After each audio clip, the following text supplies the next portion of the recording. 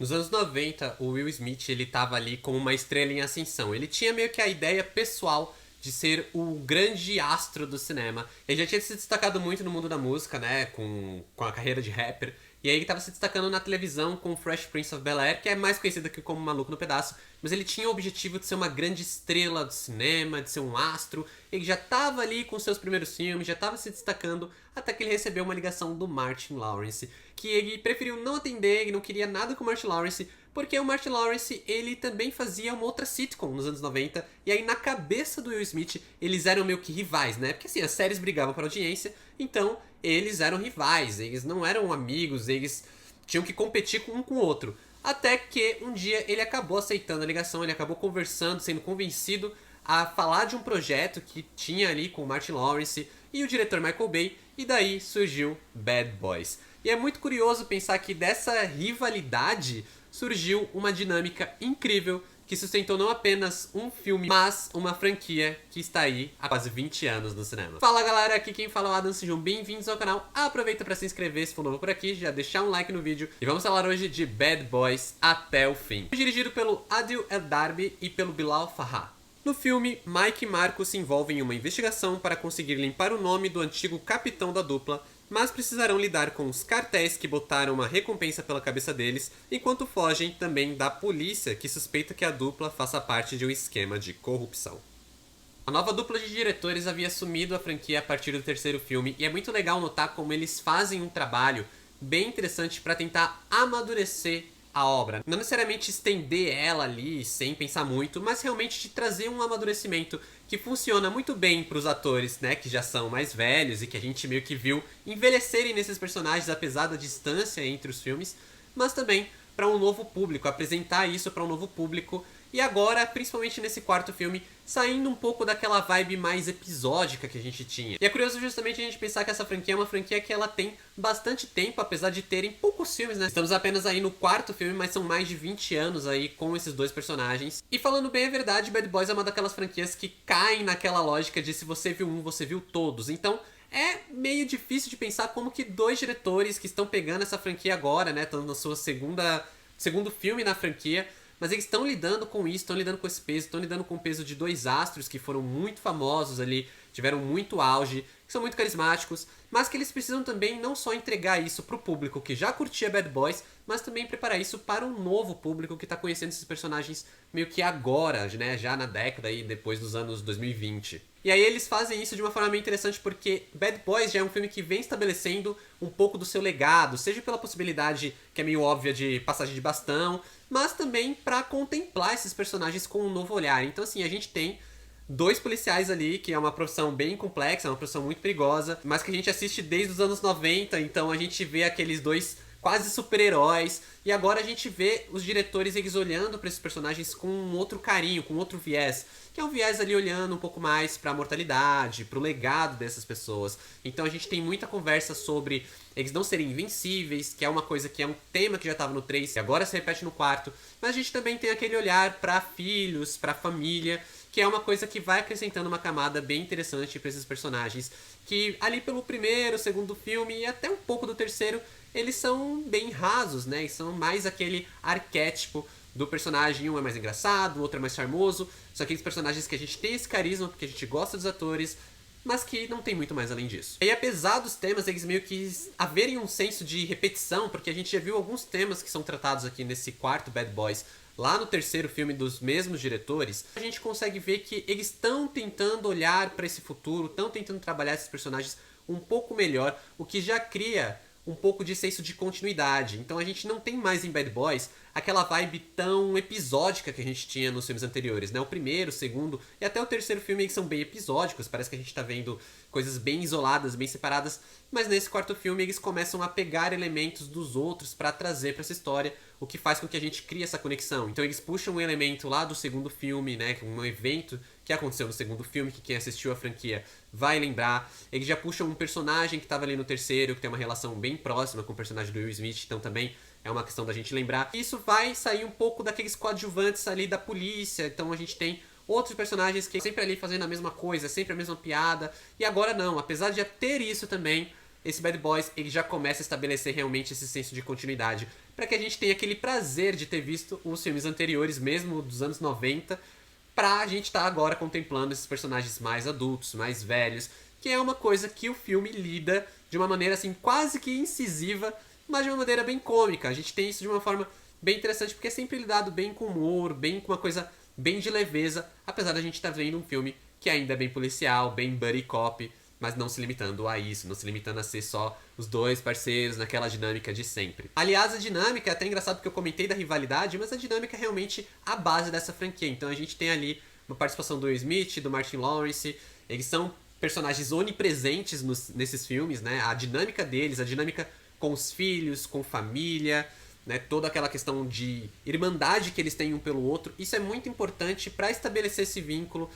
Apesar das piadas, como eu falei, serem um pouco repetidas, tem a brincadeirinha com a música que a gente já viu nos outros filmes, que eles também não sabem a música, a gente, né, não preciso me sentir tão culpado de não lembrar a letra da música, porque nem os próprios personagens, nem os próprios bad boys, eles lembram da letra inteira. Mas é curioso, porque apesar da trama em si, ela se manter naquela coisa mais simples, os personagens acabam se tornando um pouco mais ricos, e eu acho que isso faz muita diferença num filme onde a grande base, né, que é humor e ação, realmente ali é sustentado pela dinâmica dos dois protagonistas. E aqui nesse Bad Boys até o fim, a gente tem até, por exemplo, essa questão do humor para lidar com a questão do trauma, né? Como eu falei, do envelhecimento, da mortalidade, mas do trauma. E isso acaba se estendendo até de uma maneira bem curiosa e bem legal com a questão do próprio Will Smith, que é um ator que passou por aquela polêmica do tapa no Oscar, foi uma coisa que teve uma onda de cancelamento, boa parte do público apoiou o Will Smith, mas boa parte do público também achou que ele exagerou, também não gostou. Ele já tinha essa fama de ser um cara muito carismático, de ser um cara muito legal, muito família, uma pessoa boa. Só que esse tapa, ele deu essa chacoalhada. Pra muita gente,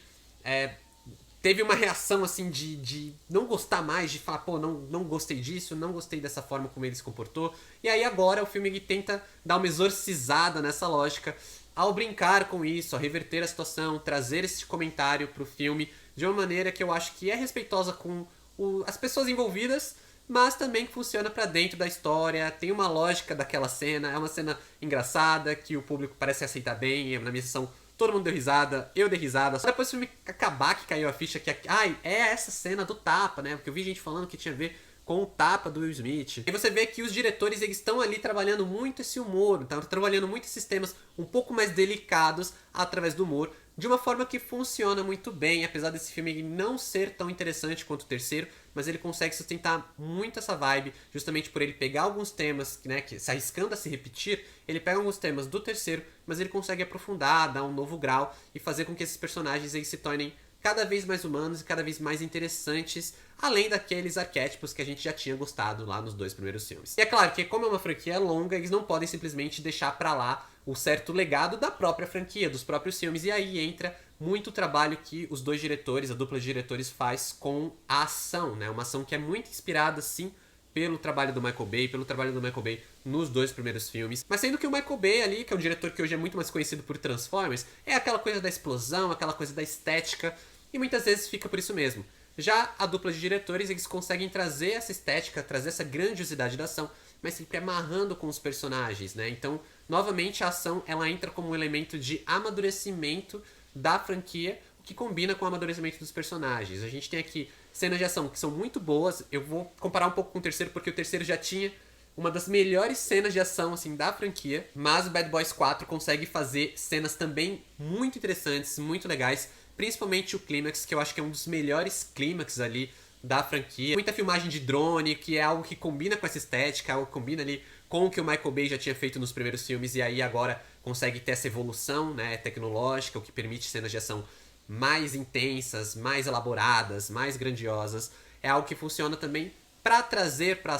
o centro da ação não apenas a dupla de protagonistas, mas todos os outros personagens, que faz com que a gente já nesse final consiga enxergar melhor as fraquezas, mas também os pontos positivos de Bad Boys 4. Por exemplo, a dinâmica com a nova geração, que é uma coisa que já tinha sido trazido no filme anterior, reforçado aqui e até estendido, como eu falei, com a questão das famílias, a questão dos filhos. Mas aqui a gente também tem a questão com os outros personagens ali, que ajudam os personagens, vão criando-se uma família Bad Boys, até algo parecido com Velozes e Furiosos, mas aqui com os personagens desse filme. Funciona muito pela dinâmica de gerações, então a gente tem os dois policiais veteranos com uma galera mais nova, que são ali trazidos pra ação, são colocados no centro da ação junto com os personagens veteranos. Isso funciona para criar essa dinâmica, funciona para preencher a cena, então a gente tem uma cena grandiosa. Não é à toa, a gente tem uma cena grandiosa para abarcar tantos personagens, mas é também quando a gente vê que talvez um ponto mais fraco de Bad Boys 4 sejam os vilões, que nunca conseguem ser tão interessantes quanto os vilões do terceiro filme, que talvez sejam os melhores da franquia. Existe essa certa influência, né? A gente lembra dos personagens, a gente sente ali uma questão de continuidade mesmo. Esse filme conversa muito com o terceiro, mas ao mesmo tempo, os vilões de fato aqui, os antagonistas de fato, eles nunca são tão interessantes e acaba sendo um pequeno problema de Bad Boys 4, porque a gente nunca vê aquele senso de ameaça construído de uma maneira tão interessante, tão inteligente e tão pessoal, tão emocional mesmo, quanto a gente tinha visto no terceiro filme. E aí, apesar desse trabalho com os coadjuvantes, né, tanto os antagonistas quanto os coadjuvantes ser muito bom, a gente nota também que esse filme ele tá muito inflado de subtramas. Tem subtrama demais, tem coisa demais ali, realmente prejudica o ritmo. Então, assim, é uma franquia que ela vem amadurecendo, ela vinha amadurecendo, né? Ali o terceiro filme eu acho que ele é bem maduro ao ter uma autoconsciência com o que ele é, ao ter uma autoconsciência tanto na hora de usar humor quanto na hora de usar ação. Mas ali quando chega pra esse quarto filme, a gente já vê que apesar desse amadurecimento, ao mesmo tempo eles estão tentando forçar um pouco a barra em alguns momentos, o que faz com que o filme ele vá perdendo força até chegar no final, onde ele retoma um pouco ali justamente pela grandiosidade da ação, mas acaba ficando um pouco abaixo do que a gente espera, tendo uma experiência tão legal como o filme anterior. Para Bad Boys, até o fim, nota 7. É um filme que é muito curioso justamente pelo sentimento de que se a gente já viu um Bad Boys, a gente viu tudo, a gente já entendeu a fórmula, a gente entendeu como a ação e como o humor vão ser utilizados, a gente entendeu como esses personagens eles vão ter a dinâmica deles muito bem trabalhada em tela, como eles vão se relacionar com outros personagens, né, com os coadjuvantes. Mas ao mesmo tempo, esse filme ele consegue trazer esse senso de que é um amadurecimento da franquia, a franquia tá indo para um lugar legal, tá buscando novos ares, novos personagens, mas até buscando o que seria óbvio uma possibilidade de derivados, de continuações, de passagem de bastão, ao mesmo tempo que reforça que Mike e Marcus, respectivamente interpretados por Will Smith e Martin Lawrence, eles são insubstituíveis, eles são os Bad Boys e são eles que carregam essa franquia até hoje. É um filme que entrega exatamente o que a gente espera, ao mesmo tempo que consegue renovar ali aquele carinho que a gente tem por esses personagens, fazendo com que a gente queira um pouco mais. Se você gosta dos atores, se você gosta dos personagens, vai ser o suficiente pra você querer mais. Bad Boys até o fim é como eu falei, entrega exatamente o que a gente espera. Não é aquela grande surpresa, como foi, por exemplo, Assassino por Acaso, que eu acho que foi uma das maiores surpresas do ano até aqui. Mas ele entrega o que ele promete de uma forma muito bem feita, o que é até parecido com a sensação que eu tive ao assistir Fúria Primitiva, estreia do Dev Patel na direção. Eu vou deixar esses vídeos linkados aqui pra vocês verem. Obrigado por assistirem até aqui, valeu, falou e até mais.